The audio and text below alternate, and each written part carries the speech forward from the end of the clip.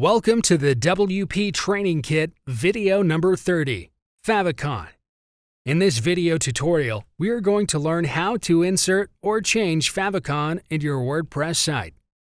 So let's get started. Back on the WordPress dashboard, we will go to Plugins and choose Add New. In the search bar, search for Favicon. We are going to install the first one with Install Now button and then activate it from here only.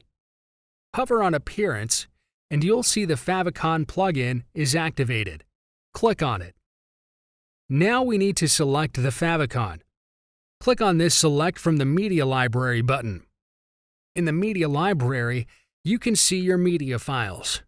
Let's find a picture for Favicon on Google. I am going to choose this clicker.com to find free clip arts. Click on it, and from this site you can search hundreds of clip arts. In the Love category, we have so many pages. We will choose this red heart.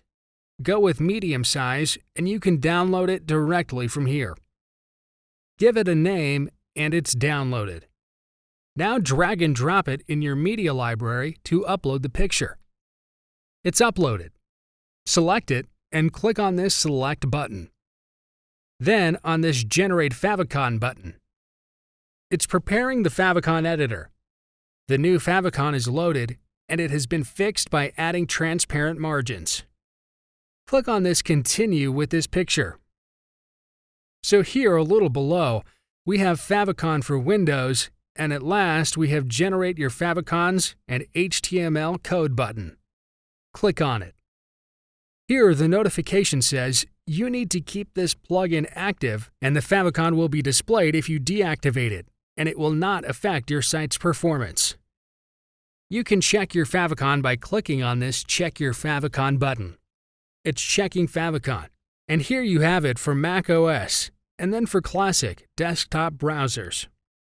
So go back to your site and refresh it, and you can see the Favicon is updated successfully on your site and on your WordPress dashboard also. That's how you insert or change a Favicon in your WordPress site. Thank you for watching. In the next video, we're going to learn how to install Google Analytics on your WordPress. See you in the next video tutorial.